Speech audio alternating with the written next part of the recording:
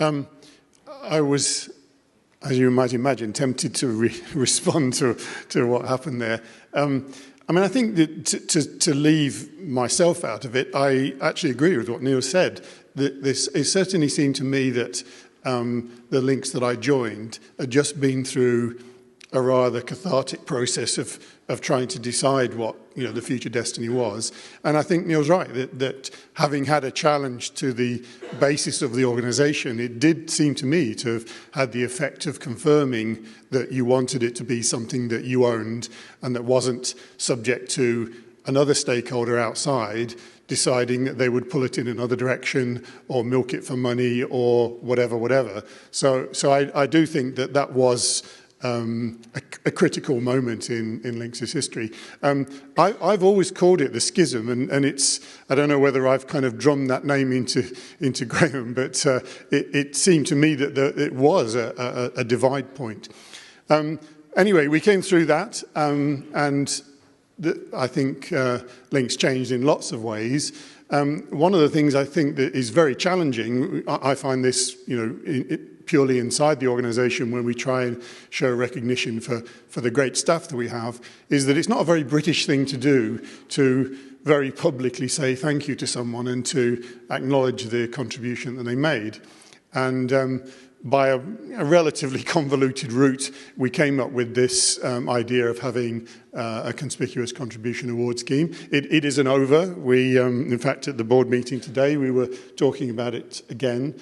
The way it's evolved is that now a combination of the board and the senior management team actually decide on who to confer the award to. We have a set of ground rules that says we don't necessarily have to award it every year. We have to be very conscious that it isn't just the old boys club for the people who have departed the board, although you'll see when I go through the list of names that there is a significant element of it of saying thank you to people who did make a contribution via the board.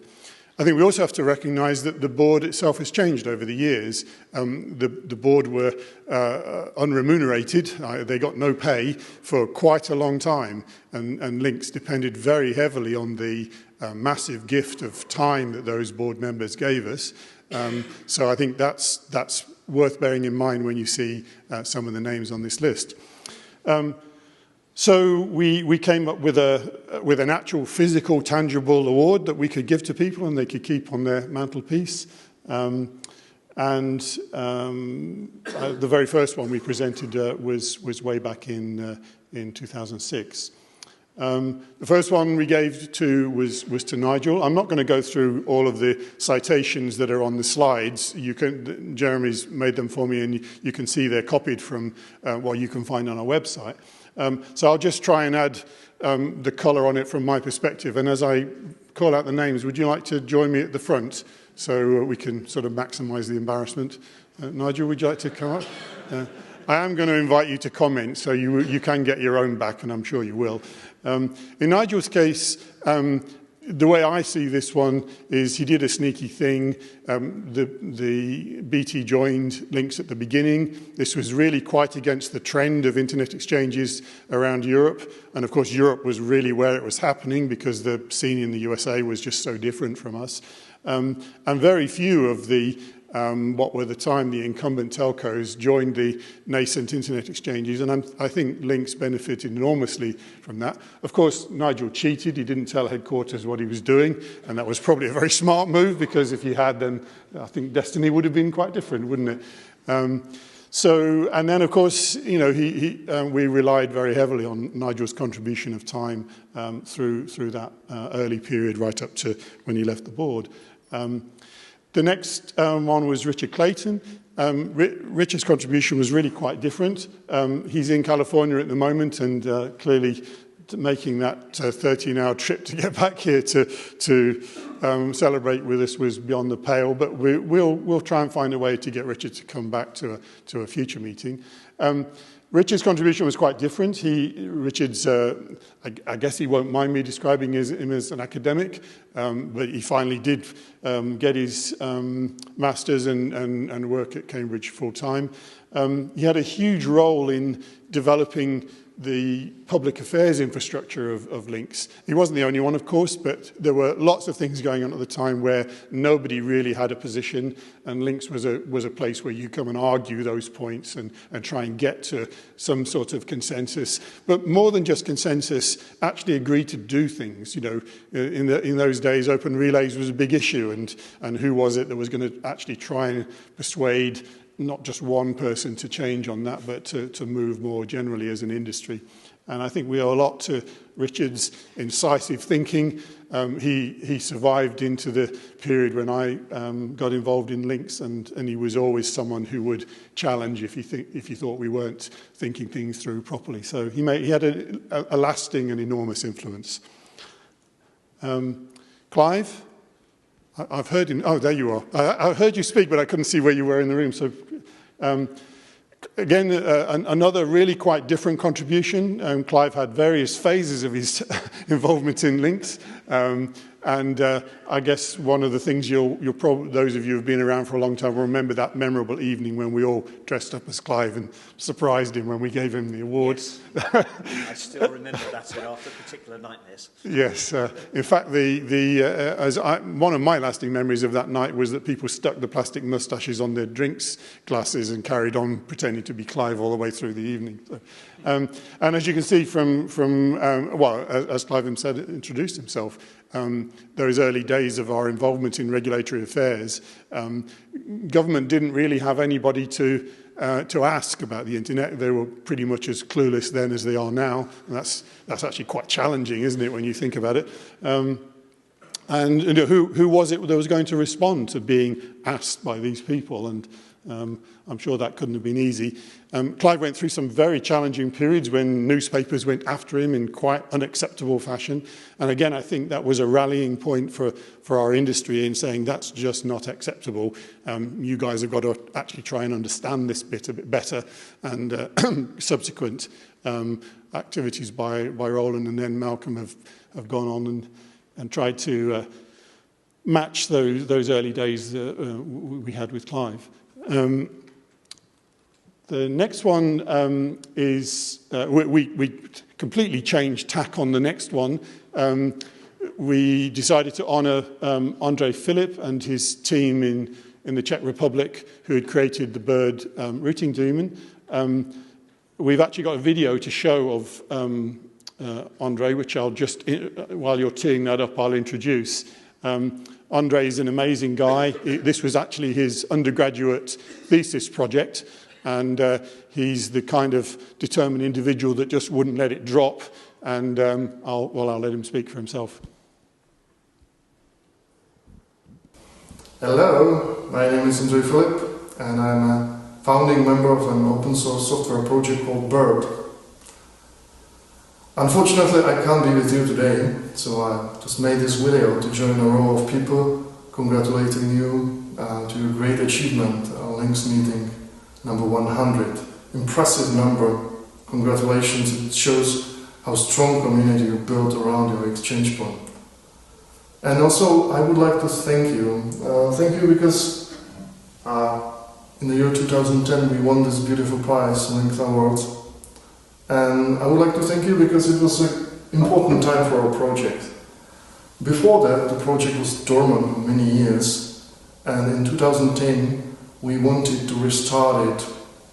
We wanted to restart development and try to help the project grow again. And we presented this idea at the LINX meetings to other exchange points.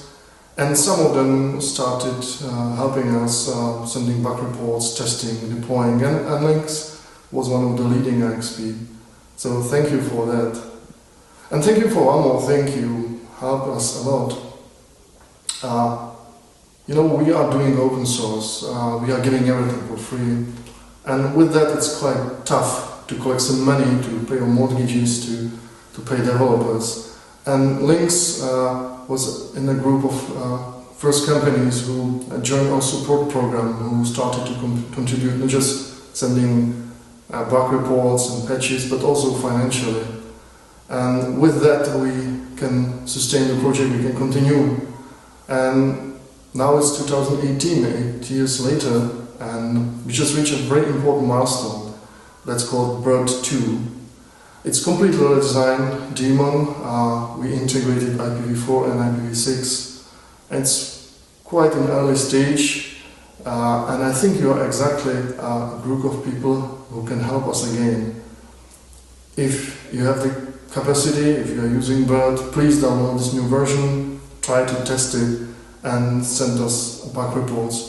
It's very important because we would like to roll this version worldwide again, and we need to find as many bugs as possible. So, again, thank you for helping us, and congratulations to your great achievements. Enjoy your meeting, and on behalf of the Bird team, many greetings from Prague. Goodbye.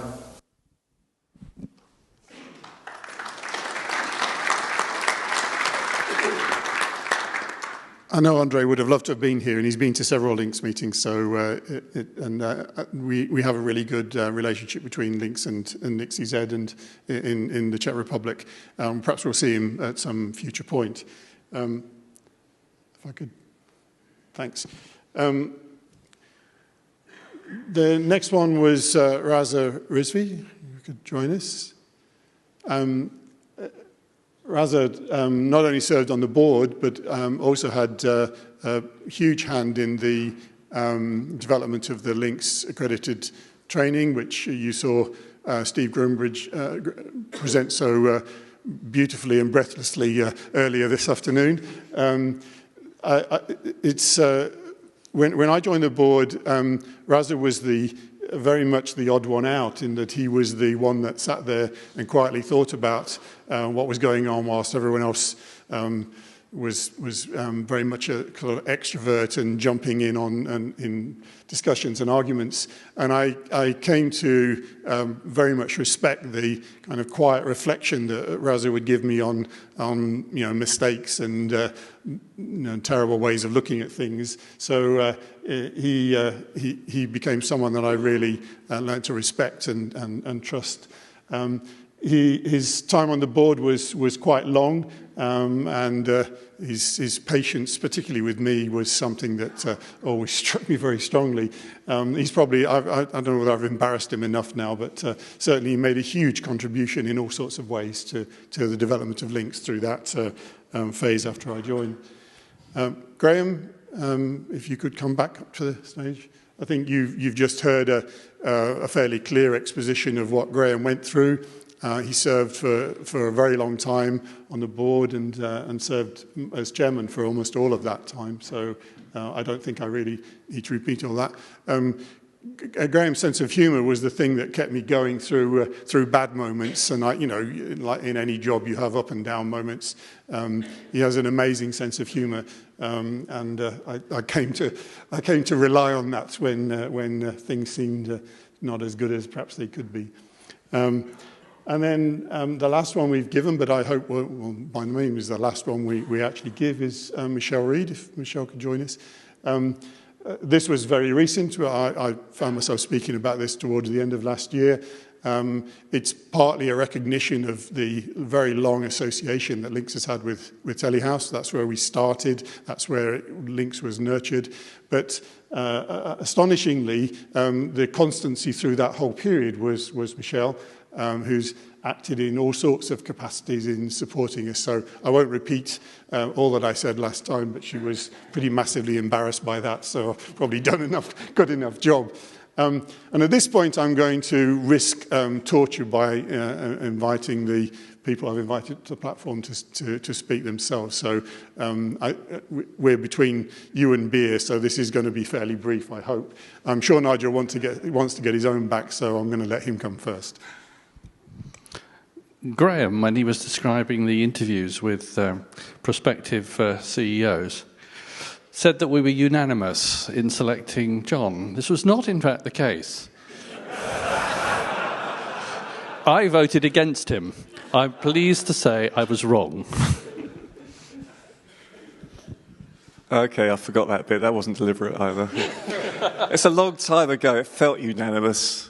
I don't think John said about me calling it a schism. He just sent me an email saying, it's can you do this presentation? And he's used the word schism.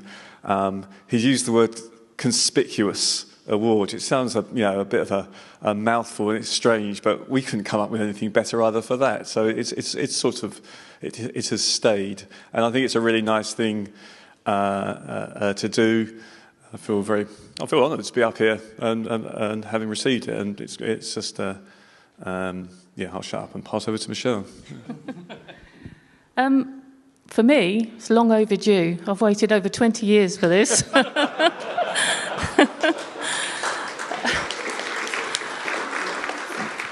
But seriously, though, again, like Graham, it's great to be amongst the other award winners here.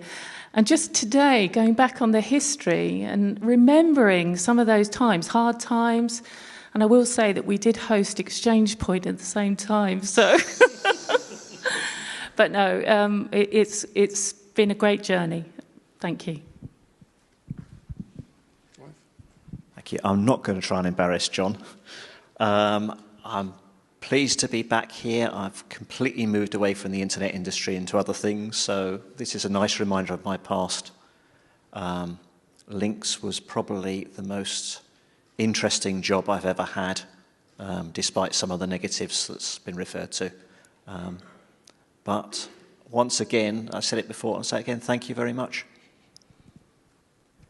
It's a bit like a geology lesson. This is the Cretaceous period of the internet.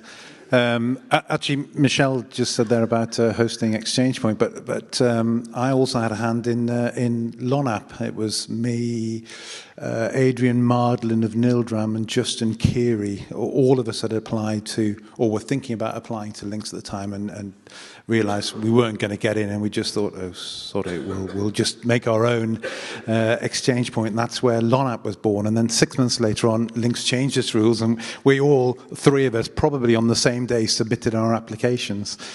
It was very nice to be recognised for the award. It's great to see such a full room, so many youthful faces out there, and it's great that LINX has kept up with its mutual heritage. Thank you very much. Okay, thanks everyone. Let's keep it short and sweet. If you could give a round of applause to our award winners. Thank you.